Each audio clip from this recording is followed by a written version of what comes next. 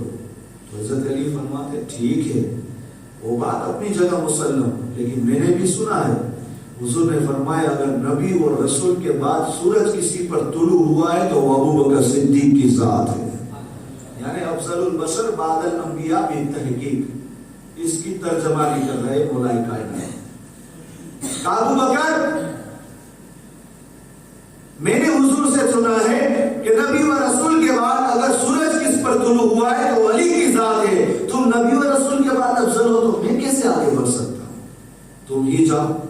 تو اب جناب ابو بکر صدیق فرماتے ہیں علی آقا نے ارشاد فرمایا تم میں سے جو کوئی عمر آدم علیہ السلام کا جاہو جلال دیکھنا چاہتا ہو، یوسف کے حسن کو دیکھنا چاہتا ہو، موسیٰ کی نماز دیکھنا چاہتا ہو، عیسیٰ کے ذوق و تقویٰ کو دیکھنا چاہتا ہو اور محمد کی تصویر دیکھنا چاہتا ہو، وہ میرے علی کو دیکھ لے.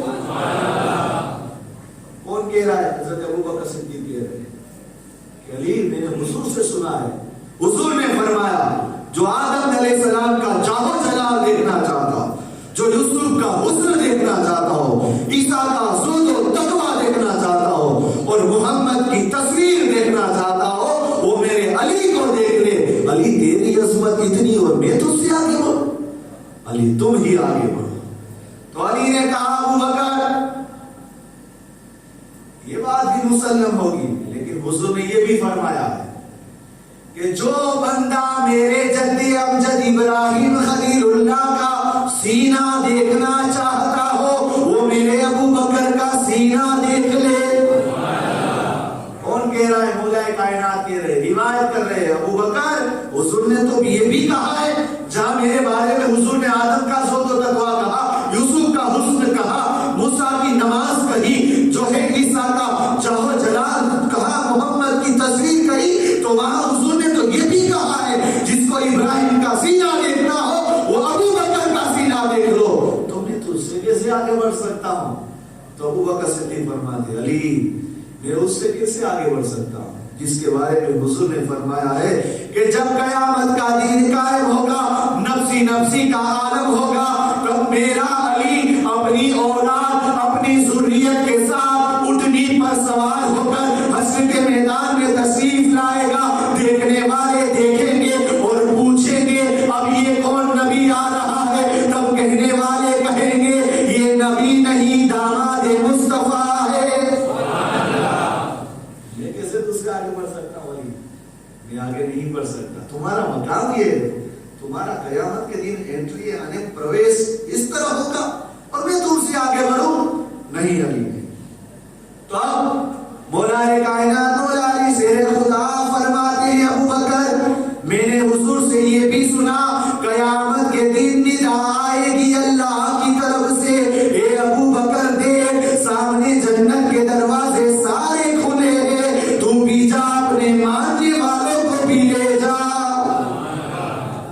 ابو بکر تیرا اور تیرے ماننے والوں کا یہ مقام ہے, میں تجھ سے آگے بڑھوں نہیں ابو بکر نہیں, میں تجھ سے آگے نہیں بڑھ سکتا. تو حضور نے فرمایا,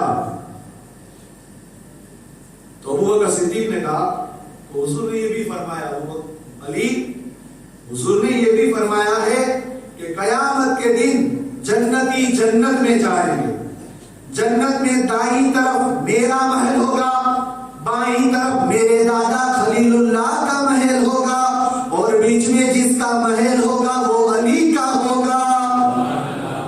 کیا فرماتے ہیں ابو بکر روایت کرتے کہ میں نے حضور سے سنا ہے کہ جب جنتی جنت میں جائیں گے دائیں طرف میرا محل ہوگا, بائیں طرف میرے جد امجد ابراہیم خلیل اللہ کا محل ہوگا, اور بیچ میں جو محل ہوگا وہ علی کا ہوگا. علی تیری عظمت اتنی, تو میں تجھ سے کیسے آگے بڑھ سکتا ہوں علی, تم ہی جاؤ دروازے پر کاشان نبوت پر دستک دو. تو اب مولا کائنات مولا علی شیر خدا فرماتے ہیں کہ میں نے بھی حضور سے سنا ہے کہ قیامت کے دن دار ہوگا جنت, رضوان علیہ السلام جنت اور جہنم کی چابیاں لائیں گے اور ابو بکر کے ہاتھوں میں سونپ دیں گے, فرمائیں گے ابو بکر جسے چاہے جنت میں بھیج, جسے چاہے جہنم میں. ابو بکر تیرا مقام اتنا ہے, میں کیسے آگے بڑھ سکتا ہوں, تم بھی جاؤ بادشاہ نبوت پر جا کر دستک دو. تو حضور نے ابو حضرت مولا کائنات مولا علی سے خدا نے جب یہ کہا تو جناب ابو بکر صدیق نے کہا علی میں نے بھی حضور سے کچھ سنا, فضیلت علی بزبان ابو بکر, فضیلت ابو بکر بزبان علی ہو رہی ہے, اور فرشتے آسمان سے منظر دیکھ رہے ہیں. آج دونوں نبی کے یاد ہے جو ایک دوسرے کی تاریخ پہ پھول باندھ رہے, اور یہ کھوٹے پھول نہیں میری اور آپ کی طرح 4-5 کا پیچھا لگا دے اور تاریخ کے پھول آسمان پر چڑھا دے پھر زمین پر پھینک دے وقت آنے پر, یہ نہیں. یہ دونوں صدیق ہے. صدیق کسے کہتے ہیں؟ جو نہ ہو وہ بھی ان کی زبان سے نکلے تو بھی ہو جاتا ہے. معراج کی رات سنا ہے نا آپ نے, ابو جہل دوڑا گیا, یہ ابو بکر تجھے معلوم ہے تمہارے یار جو محمد صلی اللہ علیہ وسلم ہے وہ کیسا کہہ رہے کہ رات کے ایک حصے میں وہ مکہ کی سیر کر کے آئے, بیت المقدس وغیرہ سب, مسجد اقصی. وہ صدیق فرماتے اچھا وہ ایسا کہہ رہے, ہاں ایسا کہہ رہے, تب تو سچ کہہ رہے. ابو بکر تم بھی کہا یہ سنو, جب ہمارے نبی کے پاس جبرائیل دن میں نہ جانے کتنی بار آ سکتے ہیں تو ہمارے نبی کیوں پل بھر میں آ جا نہ سکے.